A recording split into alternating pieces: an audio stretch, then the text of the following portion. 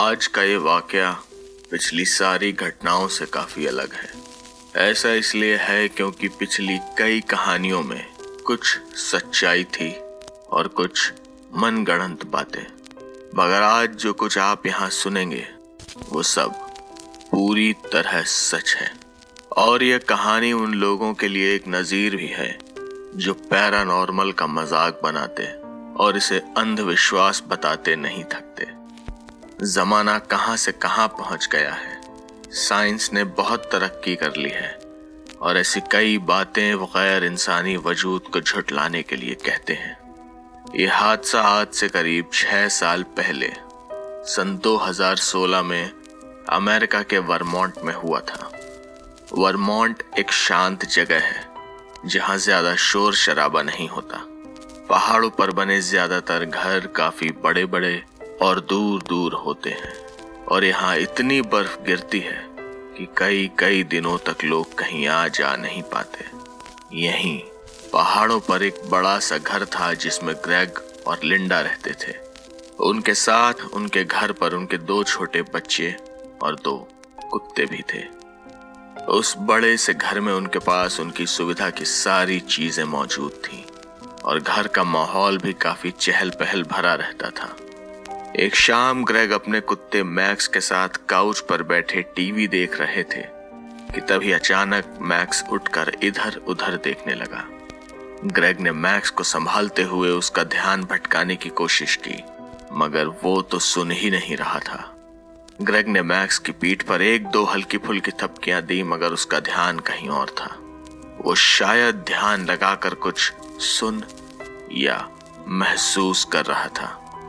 Greg को भी लगा कि शायद उसने किसी जानवर या परिंदे की आवाज सुनी हो।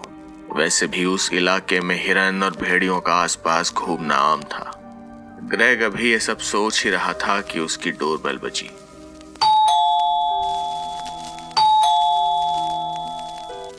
ग्रेग हैरान था क्योंकि इस वक्त भारी बर्फ गिर रही थी और ऐसे में किसी का यहाँ पहाड़ पर आना मुमकिन नहीं है।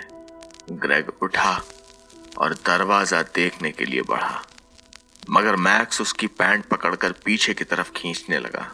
ग्रेग को समझ नहीं आया कि मैक्स ऐसा क्यों कर रहा है। वो ऐसा तो कभी नहीं करता। तब तक डोरबेल दोबारा बजी।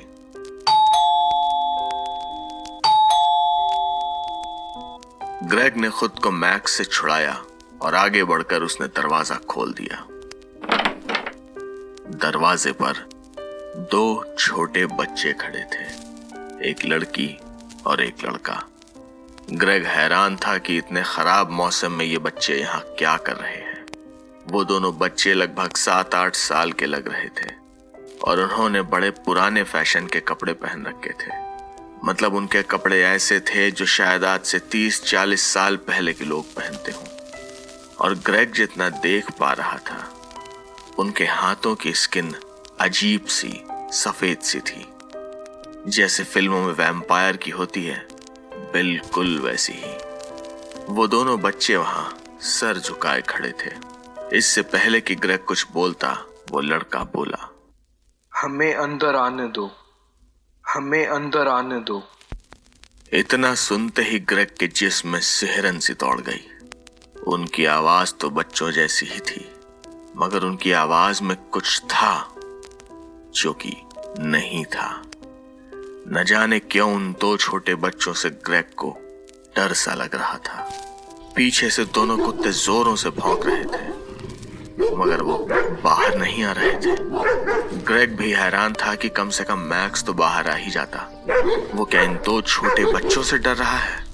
डोरबेल सुनकर ग्रेग की पत्नी लिंडा भी बच्चों को ऊपर सुलाकर हॉल में आ गई थी, मगर पता नहीं क्यों उसे भी डर सा लग रहा था। दरवाजे तक आने की हिम्मत उसमें नहीं थी।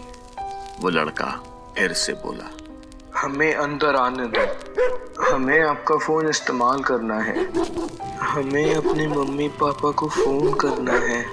ग्रेग को अब अजीब सा डर लगने लगा था, मगर वो ये भी सोच रहा था कि इस तूफानी रात में अगर इन्हें बाहर छोड़ दिया तो ये पक्का मर जाएंगे।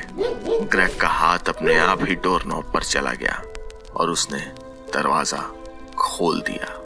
वो बच्चे वैसे ही सर झुकाए अंदर आ गए उन्हें देखते ही ग्रेग के दोनों कुत्ते तेजी से अंदर भागे, जैसे वो किसी चीज से बहुत ज्यादा डर गए हों। उसने उन दोनों बच्चों को अंदर तो बुला लिया था, मगर अपने डर और उलझन में ग्रेग दरवाजे पर खड़े इस बात पर ध्यान देना भूल गया था कि बाहर खुले में भारी बर्फबारी होने के बावजूद उन बच्चों के पैरों के निशान कहीं नहीं थे। उन बच्चों के घर के अंदर आने से घर का माहौल भी थोड़ा अजीब सा हो गया था। लिंडा को भी अजीब सा महसूस हो रहा था, मगर उसने सोचा कि ये बच्चे बाहर ठंड से आए हैं, कम से कम इन्हें कुछ खाने पीने को तो दे ही दे।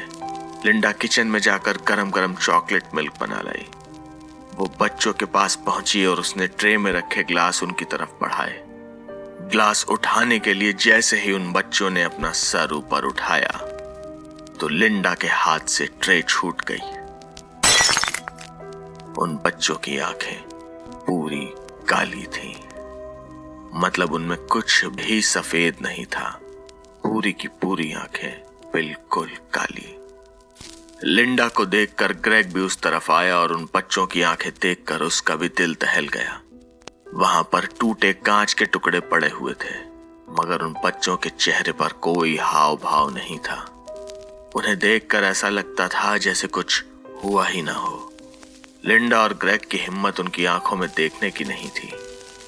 डराने वाली बात तो ये थी कि अंदर आने के बावजूद उन बच्चों ने अब तक अपने घर पर फोन करने वाली बात दोबारा नहीं की थी।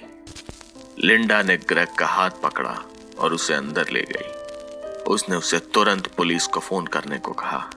ग्रेग को भी अब अच्छा नहीं लग रहा था। वो अंदर अपना मोबाइल लेने गया। उसके हाथ कांप रहे थे। उसने अपना फोन देखा तो उसमें नेटवर्क भी नहीं था। ग्रेग ने लैंडलाइन से 911 कॉल किया और पुलिस को तुरंत वहां आने को कहा। ग्रेग अभी पुलिस को सब कुछ बता ही रहा था कि पीछे से लिंडा वहां आई। वो बहुत डरी हुई थी।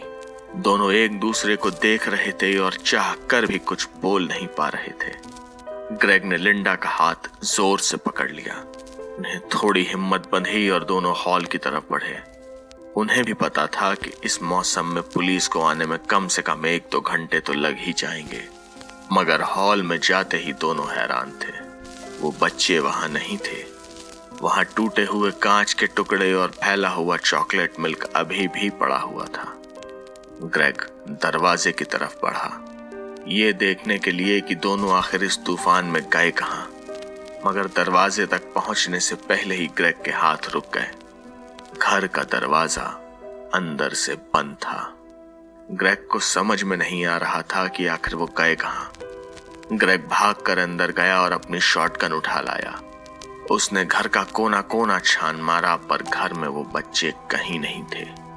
जाने वो कहां और कैसे निकल गए।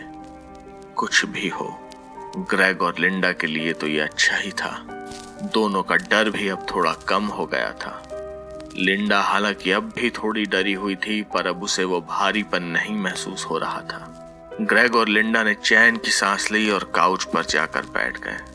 अब तक वो दिमागी तौर पर काफी थक भी गए थे। कुछ घंटों में पुलिस वहां पहुंची और उसने ग्रेग और लिंडा का स्टेटमेंट लिया। उन बच्चों का हुलिया और वहां हुई सारी बातें पुलिस ने अपने पास रिकॉर्ड में ले ली थी।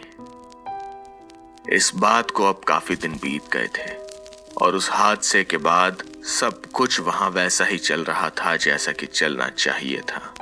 पर एक दिन ग्रेग को सीने में दर्द सा हुआ। वो मदद के लिए किसी को आवाज देता इससे पहले ही वो बेहोश होकर गिर पड़ा। ग्रेग को शायद हार्ट अटैक आया था। लिंडा ने जब तक उसे देखा तो वो मर चुका था। लिंडा के लिए यह सब एक झटके जैसा था। ग्रेग को इससे पहले ऐसा कुछ नहीं लगा था जिससे उसे कोई बीमारी वगैरह का शक होता, मगर पोस्टमार्टम रिपोर्ट में जो लिखा था वो चौंका देने वाला था। रिपोर्ट में लिखा था कि ग्रेग को लंग कैंसर भी था, मगर ऐसा कैसे हो सकता था? वो तो सिगरेट भी नहीं पीता था। डॉक्टर भी हैरान थे कि ग्रेग की बाकी पूरी बॉडी में तो कोई परेशानी नहीं दिख रही थी, मगर उसके लंग्स किसी चेन स्मोकर से भी खराब हालत में थे। ये सब क्या था?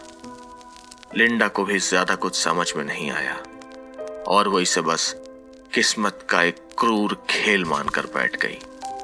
मगर आगे चलकर लिंडा की सेहत भी खराब रहने लगी। उसकी स्किन धीरे धीरे पीली पड़ने लगी थी और वो अक्सर बीमार रहती थी। अपने सारे पालतू जानवर उसने एनिमल शेल्टर को दे दिए थे और बच्चों को बोर्डिंग स्कूल भेज दिया था। और करीब 1.5 साल में ही लिंडा की मौत भी स्किन कैंसर से हुई।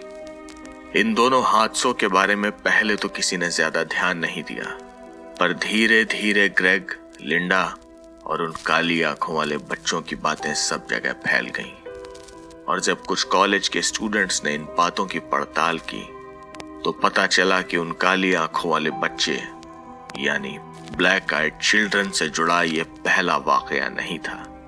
ऐसे कई हादसे पूरी दुनिया में और भारत में भी हो चुके हैं और हर जगह ये एक जैसे ही है। 1 या 2 बच्चे लोगों के घर या दुकान के बाहर आकर खड़े हो जाते हैं, मगर उनको आते हुए आज तक किसी ने नहीं देखा। यहाँ तक कि सीसीटीवी कैमरे में भी उनकी कोई रिकॉर्डिंग नहीं होती। वो बच्चे अंदर आने की इजाजत मांगते हैं और ज्यादातर मामलों में वो अपने घर पर फोन करने की बात कहते हैं। और हाँ, वो फोन करने के लिए टेलीफोन इस्तेमाल करने की ही बात करते हैं, जैसे कि उन्हें पता ही ना हो कि आजकल लोग मोबाइल फोन्स यूज करते हैं। उनके कपड़े पुराने फैशन के और गंदे से होते हैं और आंखें बिल्कुल काली, इतनी काली कि उनमें देखने की हिम्मत कोई नहीं कर पाता। और आज तक जितने भी लोगों से इस बारे में बात हुई है, उनका कहना था कि उन बच्चों को देखते ही उन्हें एक अजीब सा डर लगने लगा था। और ये भी कि उनमें से कई लोग खुद को दरवाजा खोलने से रोक नहीं पा रहे थे। और सबसे जरूरी बात, जिन भी लोगों ने उन बच्चों को अपने घर में आने दिया, उसके बाद से तो जैसे उनकी किस्मत ही फूट गई। उनके साथ अजीब अजीब हादसे होने लगते हैं और उनकी बदकिस्मती कभी उनका पीछा नहीं छोड़ती। और जिसने भी उन बच्चों को छुआ है, उनकी मौत स्किन कैंसर या लंग कैंसर की वजह से होना लगभग तय है। ऐसे एक ही तरह के हादसों का दुनिया भर में सैकड़ों लोगों के साथ होना कोई आम बात नहीं है। और ये तो वो लोग हैं जिन्होंने अपनी आप बीती बताई है। न जाने ऐसे कितने और लोग होंगे जिन्होंने शर्म या प्राइवेसी की वजह से कभी मुंह नहीं खोला। कोई नहीं जानता कि वो बच्चे कौन हैं या फिर वो क्या चाहते हैं, मगर एक बात पक्की है कि उनके इरादे नेक तो बिल्कुल भी नहीं। अगली बार जब आपके दरवाजे की घंटी बजे तो दरवाजा खोलने से पहले ये जरूर देखिएगा कि कहीं वहां 2 बच्चे तो नहीं खड़े, और अगर ऐसा है तो कम से कम ये देखना मत भूलिएगा कि कहीं उनकी आंखें काली तो नहीं। कहीं ऐसा ना हो कि आप भी मानने को मजबूर हो जाएं कि भूत होते हैं।